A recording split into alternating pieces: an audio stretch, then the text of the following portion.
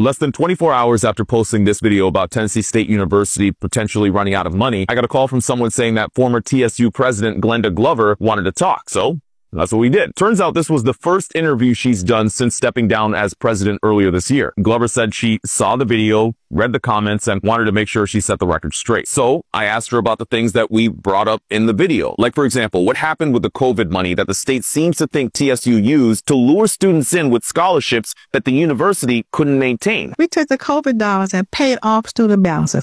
Somebody said, pay yourself first. Well, that's what we did. So what do you think the state got wrong about that? Because that was a big topic that they addressed. The state didn't get it wrong. The state was deliberate in their intentions to spread that. Glover said that much of what we heard from lawmakers were distractions, like this $800,000 contract she signed with TSU right before she announced her retirement. So is that $800,000 number accurate? It's in the ballpark.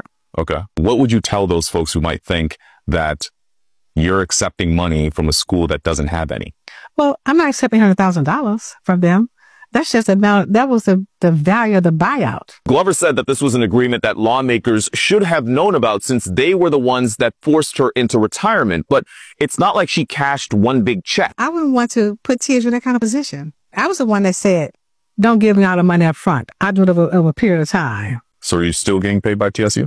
Yes, but it's a much smaller amount. The reason she is being paid, and this was news to me, is that Glover says that she's actually still working for the university to bring in donors and help recruit students. Stuff that she says was clearly spelled out in this agreement when the TSU board was replaced and she was forced to retire. Glover said this whole stuff with COVID and the contract were all distractions from the fact that TSU has been underfunded billions of dollars over several decades by the same state now telling them they have to make major cuts just to survive. That's when I asked Glover if she felt that race had anything to do with why they've been underfunded all these years. There was a challenge watching a black woman tell them, you owe us this money. How dare you stand in front of me and tell me I owe you money? So I'm not sure if it's racism, sexism.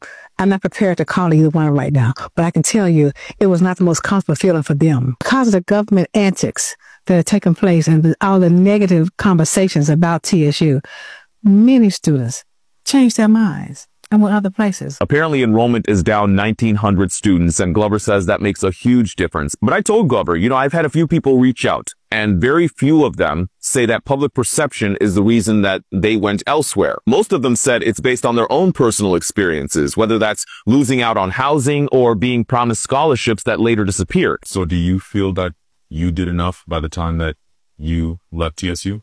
I do. Glover would only say that each semester stands on its own, and this time last year, things were great. Now they're battling low enrollment, underfunding, and layoffs. It was not their fault. It's not my fault, but it becomes our fault if we don't do anything about it. Glover says that she's not counting on state funding to get TSU out of their financial situation, but that's not to say it's not on her mind. Instead, she says she's focused on getting students back to TSU because, in her mind, this is a phase.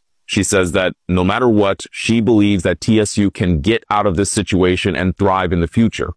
As always, I'm wondering, what do you think?